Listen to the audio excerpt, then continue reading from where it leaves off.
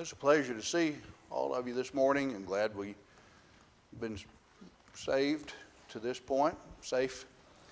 And we're glad to have visitors with us. Kind of halfway figured we'd have some maybe in class, and hopefully I'm expecting some more a little later.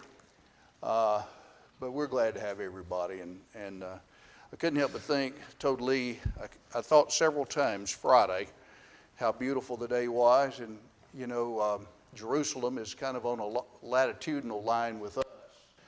The weather there in Jerusalem would have been similar to our weather about the time Christ died. And I'm not saying Friday was the anniversary of his death. I'm just saying that it was about this time of year with the Passover.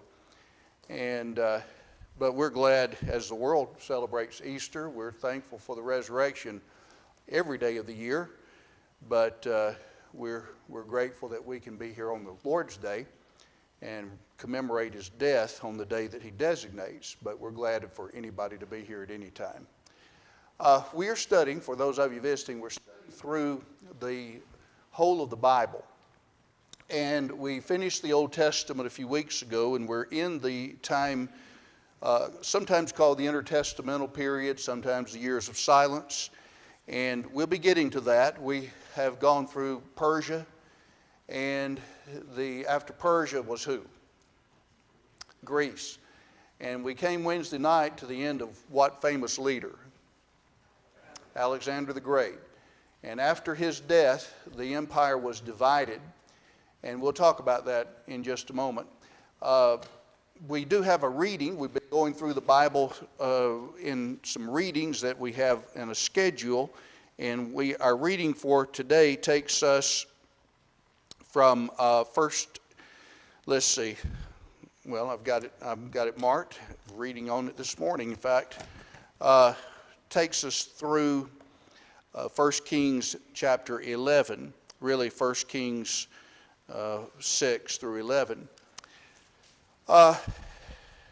Wanted to say while you're turning there a couple of things. We've mentioned sometimes people that we know who are sick or have died, and then of course our usual announcements come a little later. But I got word early this morning that Charlotte Weiser had passed away. She was Wendell's widow, and I think the church here supported Brother Weiser years ago. And the Weisers were extremely, just extremely good to me is an understatement. They had me in their home numerous times, and Brother Weiser had me, when I was first preaching, he would have me preach where he was.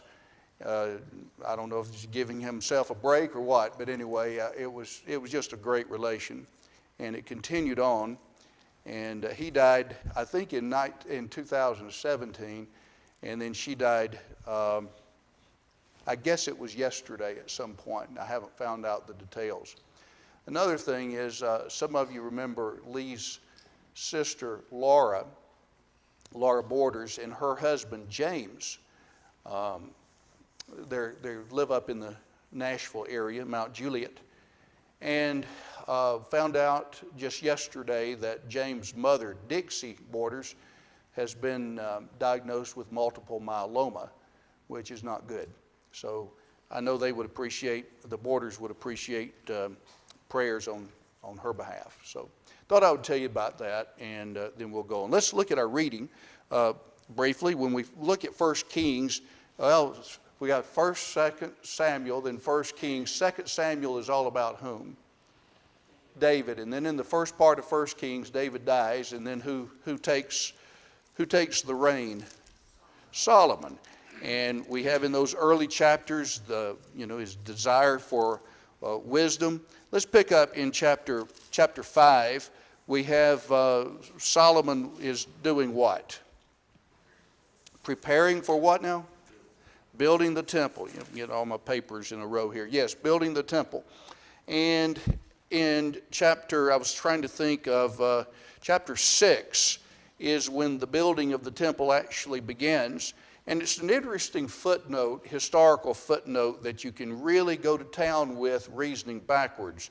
If you look at chapter 6, verse 1, It came to pass in the 480th year after the children of Israel were come out of the land of Egypt, in the 4th year of Solomon's reign. It's usually understood that Solomon began his reign about 970 BC. So the 4th year would put it down to about 966.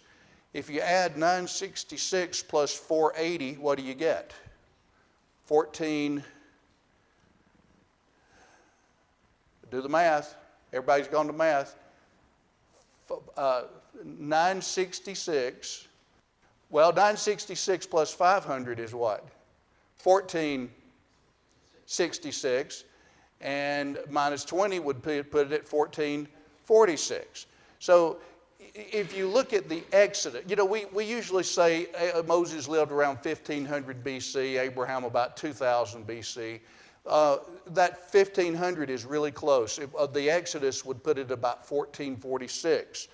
By that time, Moses is 80 years old. So you put it, the 1500 is exactly right when you think about the life of Moses. But anyway, that's a footnote there.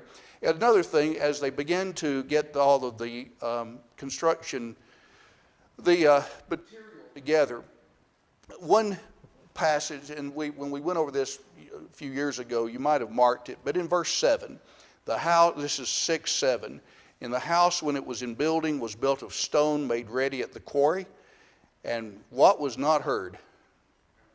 Hammer nor axe in the house while it was in building. The understanding is that God had the blueprints, so to speak, that David had, and then he turned over to Solomon so exact that they could quarry and do all the work on the rock at the quarries, and to the point that they didn't have to do anything like that on site. And the intricacies of the blueprint, so to speak, the pattern that was given to David and then in turn to Solomon was such.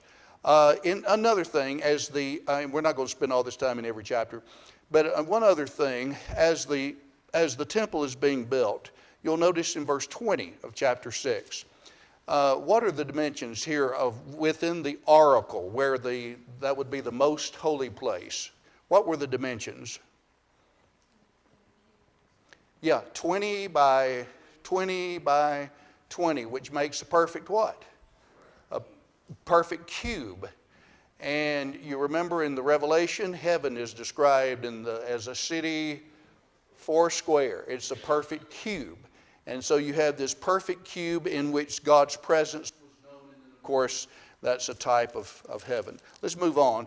In chapter 7, by the way, how long did it take for the temple to be built? That's 637 years. That's right. And then what's being built in chapter 7?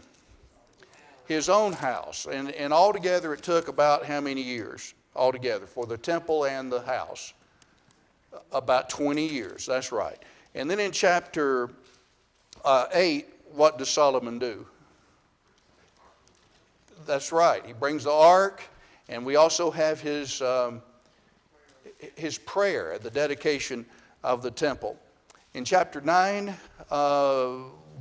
God makes a covenant with Solomon. And if you'll notice, there are some wonderful things stated here. You'll notice in verse 4, as for thee, if thou wilt walk before me. Verse 5, then. Verse 6, but if you turn away. Verse 7, then. If, then, but, then. You see that? If, then. That just shows that there are conditions, and if the conditions of faithfulness would not be met, then there were consequences. If this, then this. But if you're not, then this is. And that's is that all the way through the Bible, or is that just in the Old Testament? Yeah, it's all through. If we walk in the light as He is in the light, we have what? Fellowship one with another in the blood of Jesus Christ, His Son, cleanses us from all sins. All right, and then where did we go through? Chapter 11. 9 is covenant and cities given to Hiram. In chapter 10, someone visits Solomon, and it's really referred to even by Jesus in the New Testament. The Queen of Sheba. And she recognizes that of all the wisdom and the wealth that she had heard of Solomon, the what had not been heard? The half had not been heard. And in chapter 11 is, everything is going so far. It's kind of like in 2 Samuel 1 through 10, David's triumphs. And then in 11, the fall, Bathsheba, Uriah.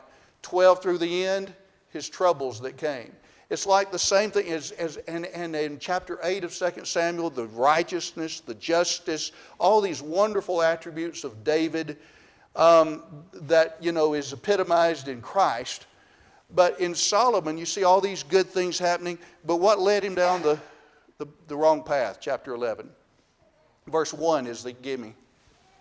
His wives, his foreign wives. It's not just a matter of a political harem.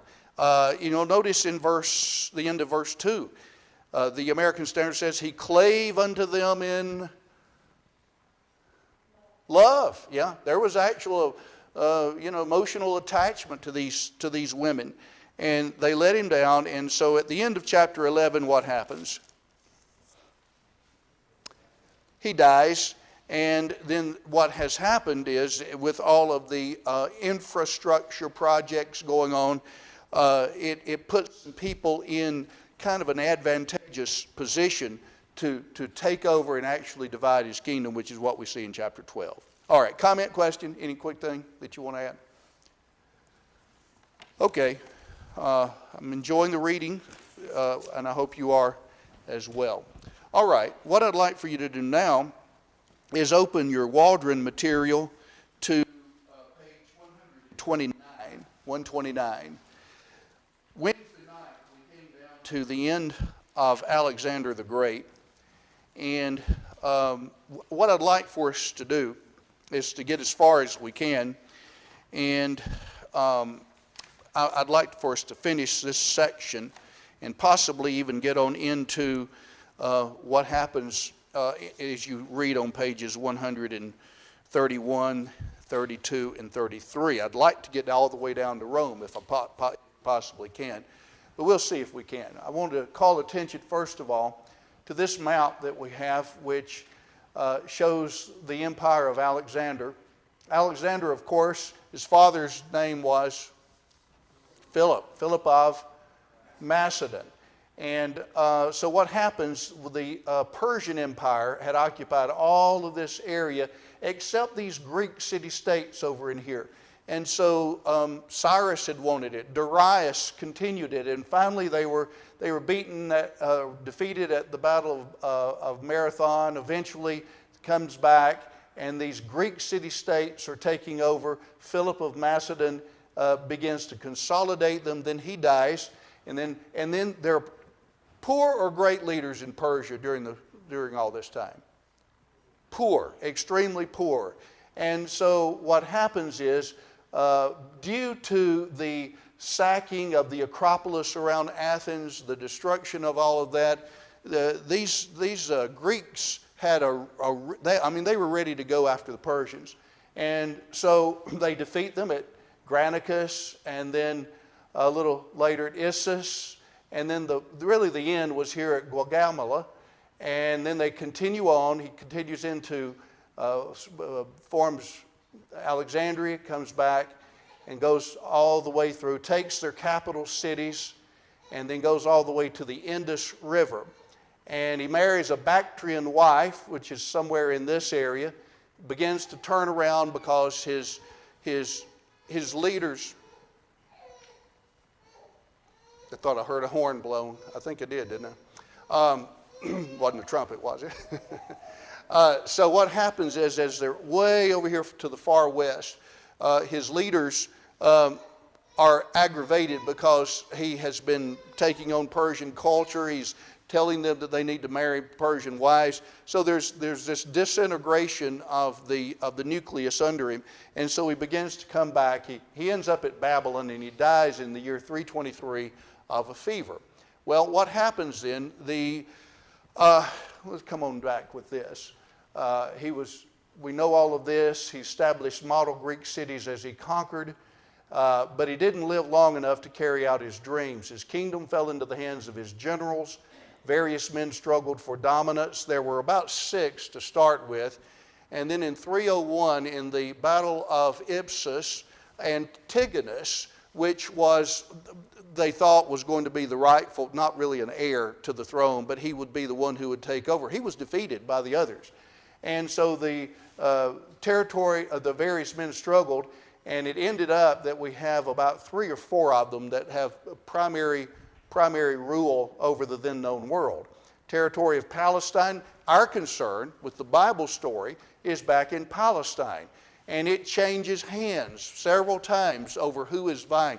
I couldn't help but think early this morning, we are witnessing right now the kind of principle that was going on then with Russia invading Kyiv and bombing it, or not invading, bombing it and all of that, and trying to take away all that fertile heartland and all of that. They're taking, well, the boundaries will be redrawn at some point, just like boundaries were being redrawn here. And that's the ebb and flow of human history. And so what happens then, we see this was all fulfilled prophecy in the 8th chapter of Daniel, when he spoke under inspiration of the goat and the ram. He was speaking of Alexander the Great, and then after the head was taken off, then you've got his successors following him, and then what would happen there. This is this area right here is the chart I gave you 2 or 3 weeks ago. We're down to 323 is the death of Alexander. And so in this, really about 100 years, the Waldrons make this point, about 100 years we'll have the rule primarily in the area of Palestine by the Ptolemies. And let's come back to this in just a second. So what we have, following Alexander's death in 323 with no successor, none of his generals arose as a logical successor. So following several years of fighting, 7 or 8 years, and after the Battle of Ipsus, by the way, Ipsus is right here. Ipsus is in Phrygia. Does that ring a bell? You remember Paul in the second journey went through Galatia. Galatia would have been in here, and Phrygia would have been in here on his way eventually to Corinth. But anyway, well, these are the same areas that we'll be studying, in the New Testament. Anyway, following the battle in 301 at Ipsus, the peace of Ipsus allotted 3 generals primary control. Ptolemy Soter was over Egypt, whereas actually Seleucus thought that he should have control, but it was given. Ptolemy was not a part of the peace of Ipsus up here in 301, but this was granted to him. Then Seleucus Nicator had Thrace, which is all the way over here, Asia Minor, all in here, Syria here, Babylon, all in here, and then Media farther on, and then India over in here. And then Antiochus Gonatas had Macedonia and Greece over in this area here. So Antiochus had the least amount of territory of these people. Seleucus shaped an empire, included these places we just mentioned. He founded the city of Antioch in Syria, made it his capital. Antioch of Syria will be primarily important in the book of Acts as what? You tell me. The city where, the sending city for all 3 of Paul's journeys. Antioch of Syria and the little seacoast of Seleucia is actually mentioned in the first journey. He and Barnabas, John Mark, went from Antioch to Seleucia, then sailed to Cyprus. And all of that makes perfect sense when we see the geography. It began the new Syrian empire, that is, Seleucus did, which was to remain until about 64, when Richard, who comes in in 64 BC, and that Pompey of the Romans. Ptolemy was the beginning of kingdom in Egypt. His dynasty lasted about 3 centuries.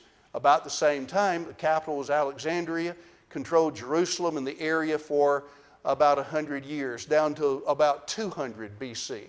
And so here we have again, this is where I want to leave it. So we have this area ruled over by Antiochus, this area by the Ptolemies, and this by, Seleucus, and then Antiochus way over here. All right, let's pick up now in our reading on page 129, and we will probably skip around a little bit, but if you have your book, let's notice some things here. In the first paragraph under the successors, about 2/3 of the way down 129, Alexander died, survived by his mother Olympias, a somewhat retarded half-brother named Philip, his wife Roxana, and by a son born posthumously. The son was named Alexander, but neither the wife Roxana or the son would live. They would be killed. At first, his generals saw themselves as protectors, but that didn't last long. Each one wanted a bigger piece of the pie for himself. Perdiccas, a longtime intimate of Alexander, was made guardian of the two heirs. That would be Roxana and Alexander. And 6 other generals became regents of various portions of the empire. Ptolemy ruled Egypt. Seleucus ruled Babylon, which extended over into Syria. Antipater ruled Macedonia and Greece, while Antigonus ruled Asia Minor. Perdiccas was assassinated because the others thought his position as guardian put him in a position to make himself the supreme head of the empire. In his place, Antipater became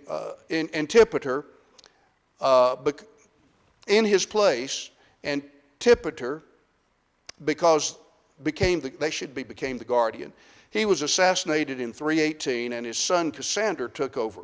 Olympias, the evil mother of Alexander, arranged for Philip, the son of her husband by another wife, to be killed along with his wife Eurydice. In time, Olympias herself was drowned by Cassander along with Roxana, and basically you have political machinations. I can't read stuff like this without thinking of James, the 4th chapter. Y'all can quote that, the first couple. Whence comes wars? Whence comes fightings among you? Come they not even from your own, Randy, you remember? Your own lust. Your passion for power, your passion for money, and so on. In turn, she was drowned by Cassandra along with Roxana. Does it not bear the statement of Jesus that all those who take the sword shall perish by the sword? You think, we talked a little bit about this earlier, but when you consider civil government, it always, Brother David Lipscomb in his little book on the Christian and civil government, he goes all the way back in the first chapter to Nimrod in Genesis 10. A mighty hunter, it says, a hunter of men. He's basically overcoming men and the beginning of his kingdom was Babylon, the older Babylon. But all of that just shows that politics, power, it appeals to the lowest common denominator. I want to have power over people. That's what happened. And when people get in your way, most people are not above what? As we see here. Killing, murder. Yeah, murder. So don't let that fool you, even in a country like ours. With all legitimate heirs gone, next paragraph, the pretense of Alexander's successors to be guarding his interest could be dropped, and they wasted no time getting into a dogfight over the scraps of empire. Battle after battle. Finally, the treaty of peace called the Peace of Ipsus was signed in 301. We talked about that. Ipsus was in Phrygia. 3 men came out as primary winners. We mentioned those. Ptolemy Soter received Egypt. Seleucus Nicator received a large portion which included Thrace, Asia Minor, Syria, Babylon, Media, and on to India. Antiochus Gonatas held Macedon, with Greece as a semi-independent kingdom.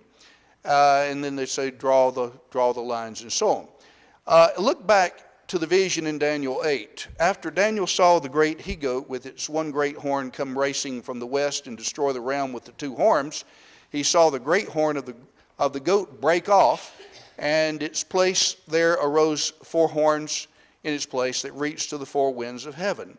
Gabriel told Daniel that the horns that replaced the one great horn represented the kingdoms that would arise from the conquered territory. Let's turn real briefly and read that. Whoever has Daniel 8, verses 21 and 22, let's read that, if you would.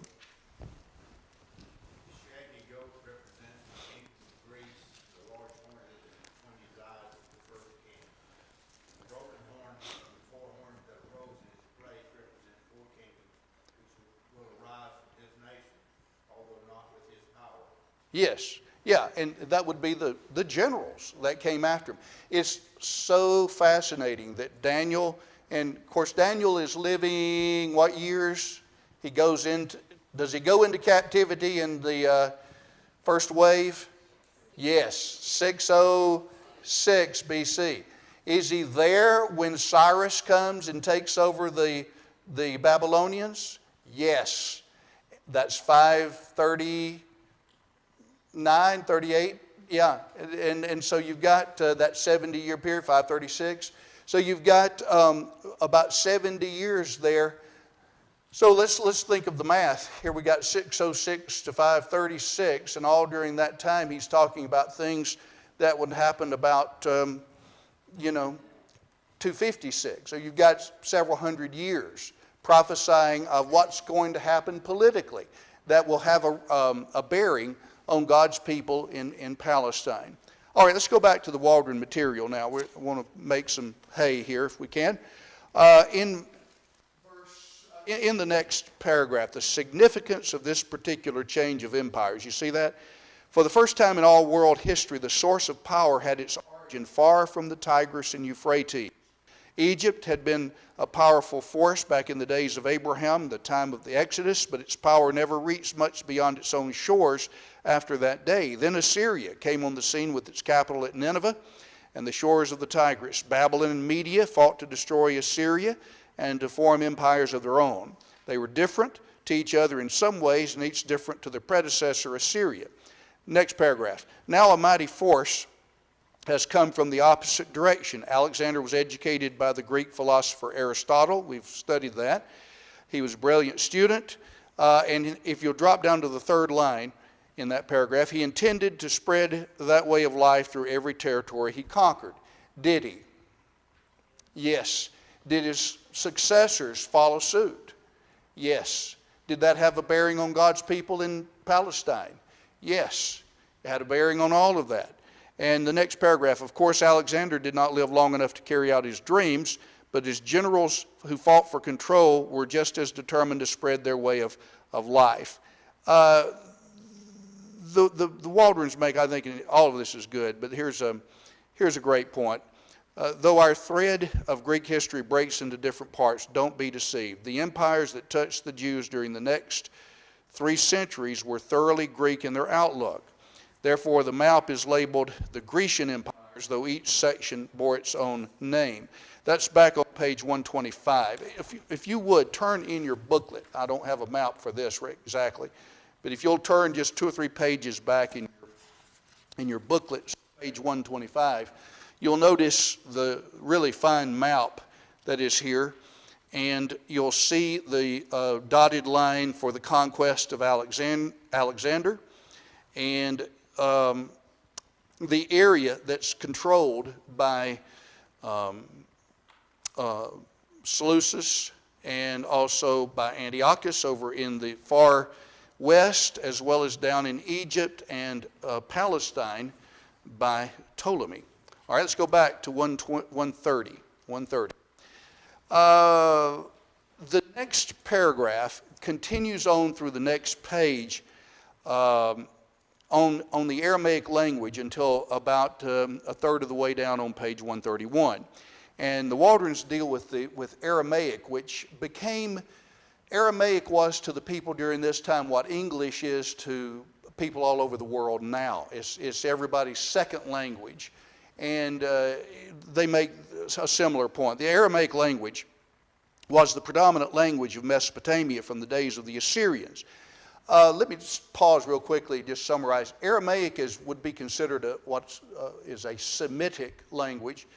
and it had other languages that were similar to it, kind of like Romance languages today. They have similarities. In fact, words are very similar, maybe a little different pronunciation. But Aramaic and Hebrew are extremely close, kind of like Italian and Spanish. You hear or read some words in Italian, and you see, well, that's the same thing what little I know of Spanish is the same thing as Spanish. The Aramaic language was predominant from the days of the Assyrians. Though each tribe of people in the region had its own language or dialect, Aramaic became the diplomatic language. This is what we mean. All nations of our day have their own native language, but most of the major leaders of the world, particularly diplomats, speak English in order to communicate on worldwide issues. Since Aramaic was the diplomatic language of the day, it is the language the enemies of the Jews used when they wrote their letter to the king of Persia to stop the work on the temple, in parts of Ezra as well as in parts of Daniel. Parts of Daniel and Ezra were written in Aramaic, particularly when the prophets were quoting letters written or messages from one of the officials of the kingdom. Some of your Bibles may even mention that. In the American Standard, usually there's a little bracket with an asterisk by it, and then if you look down in the footnote, you'll see that this passage to this passage would be Aramaic. Some of your Bibles will have that if you look for it. Next paragraph, the Jewish officials could speak and understand Aramaic as early as the days of King Hezekiah of Judah, about the time the northern kingdom of Israel went into captivity. When Sennacherib of Assyria came into Judah to try to subdue the land, he sent some of the officials to Jerusalem to threaten the Jews and try to make them surrender. As the officials spoke their insulting words to the people on the wall, the officers from Hezekiah asked that they speak in Aramaic because they knew the language and could communicate that way. Since the kingdom of Judah finally fell to Babylon, the Aramaic language became more and more part of the daily lives of the Jews. Those who returned to their homeland still tried to speak their native Hebrew language. It seems, but it became more and more difficult as years went by. Language spoken in the typical Jewish home in the days of Christ was Aramaic. And I'm glad the Waldrons put the word likely in the next sentence. It is likely the language Jesus and his disciples spoke as they traveled up and down the little land. I remember talking to Bob about this. He's very unsure about this, and here's the reason why.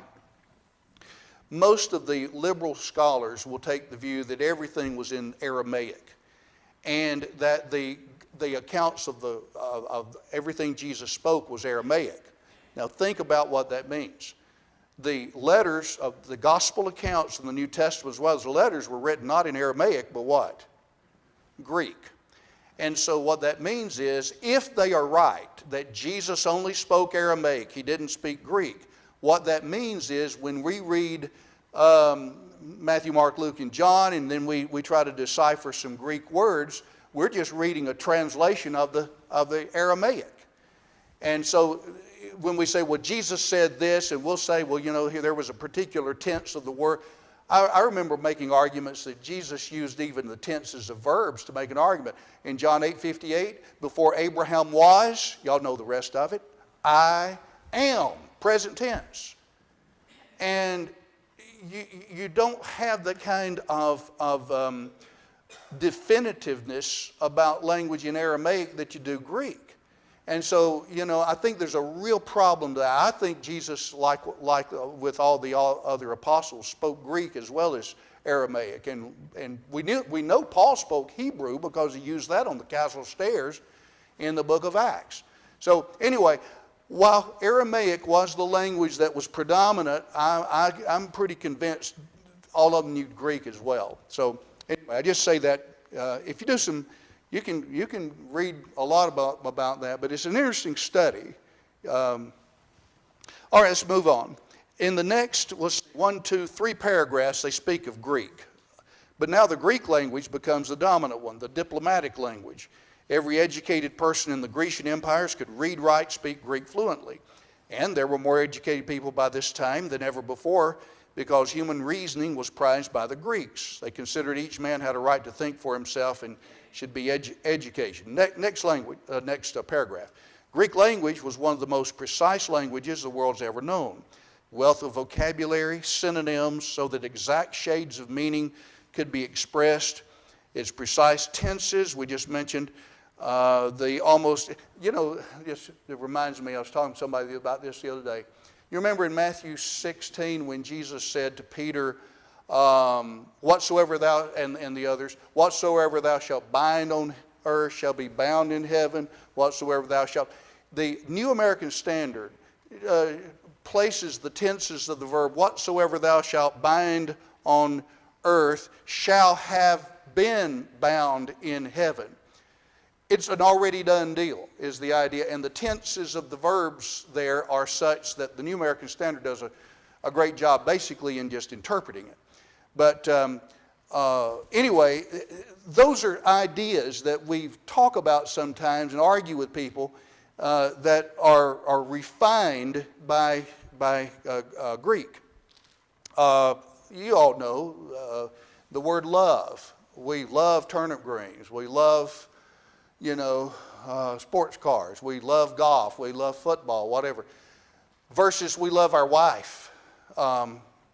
Different kind of love. And so you have the selfless love, then the fondness, then there's the erotic love. That's not even mentioned in the Bible. But anyway, they had words that showed the various shades of meanings. And and it makes sense, and they make this point.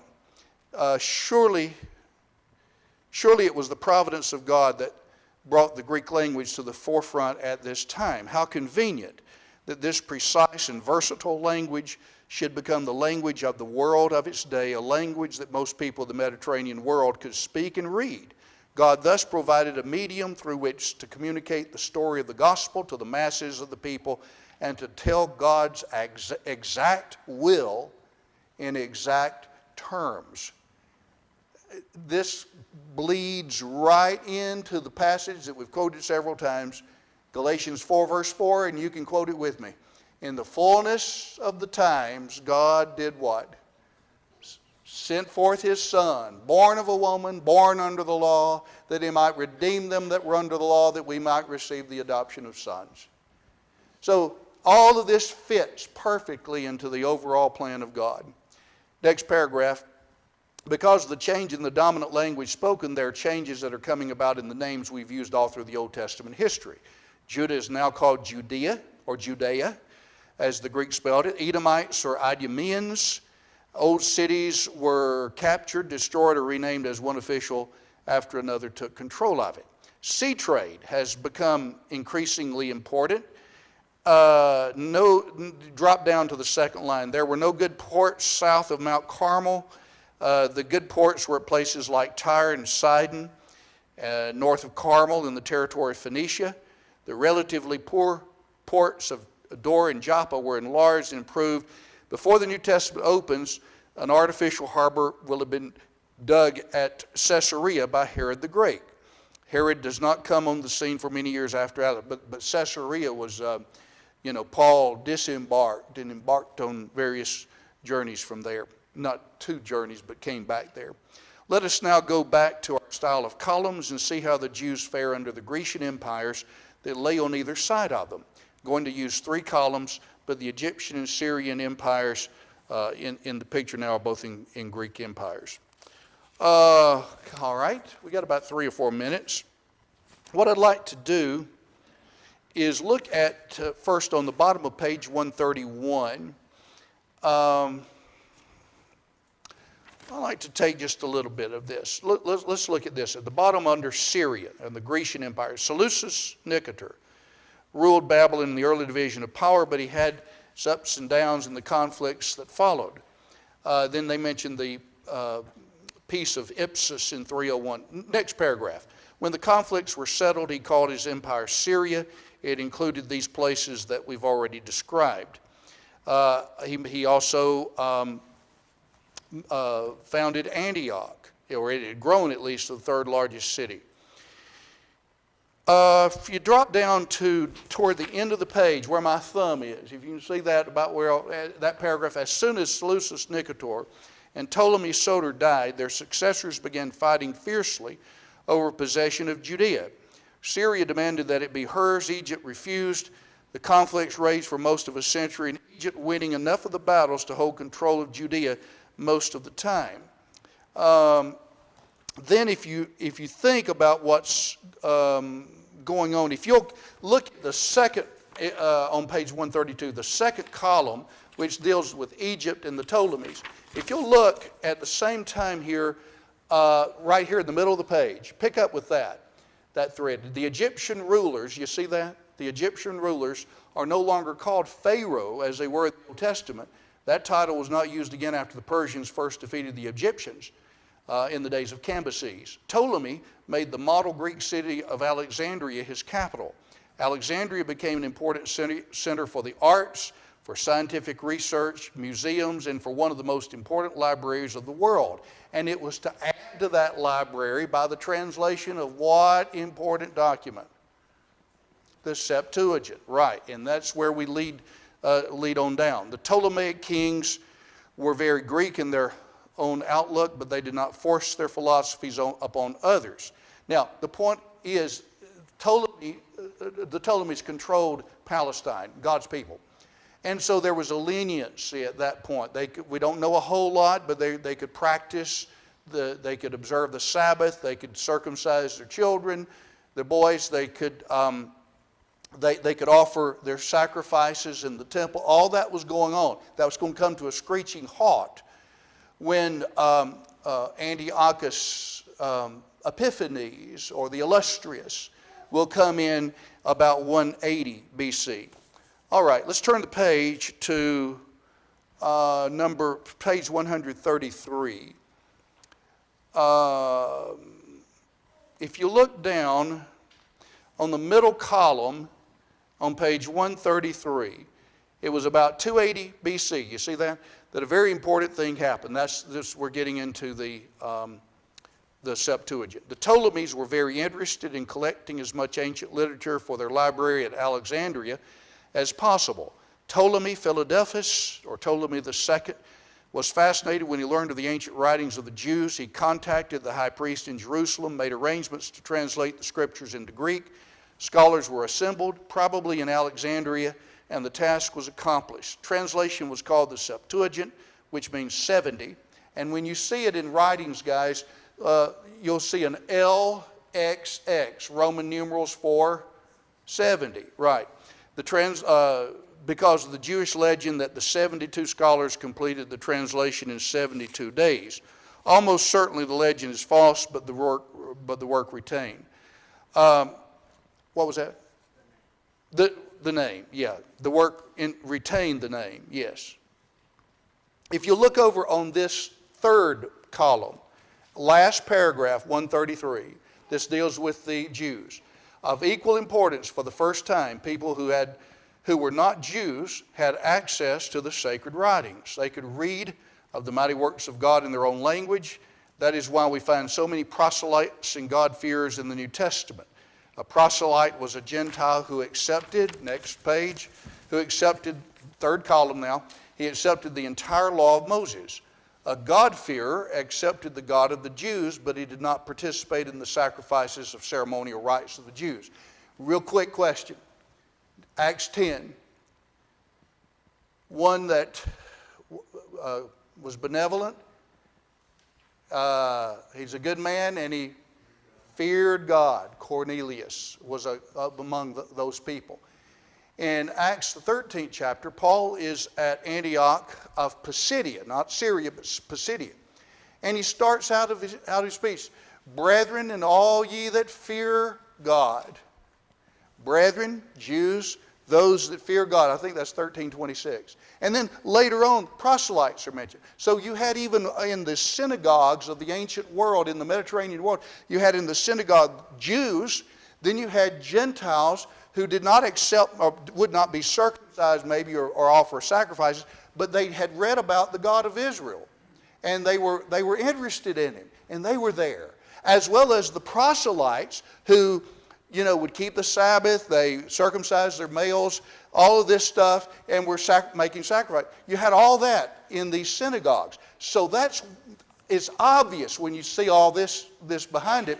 when Paul would go in the various Greek cities, Antioch or Lystra, Derbe, they would always, if possible, go where first? To the synagogue, because there you should have, kind of in encapsulated form, people who would know more about God, and then it would radiate from there. Just like Jerusalem was the center, the gospel radiated from there in Acts 2 and following. And then it went from there. And so it's always the best idea. Go to those that should have more knowledge of the same before you go somewhere else. Okay, well, let's stop there. And Lord willing, we're going to pick up with Rome. Brother Richard's going to help us out with that. He's made a really good study of Roman history, Roman military history, and we'll ask him to help us along those lines. All right, comment or question, guys? All right, Noah's a lot of reading for us, but we want to get on through this and go ahead and get into the New Testament.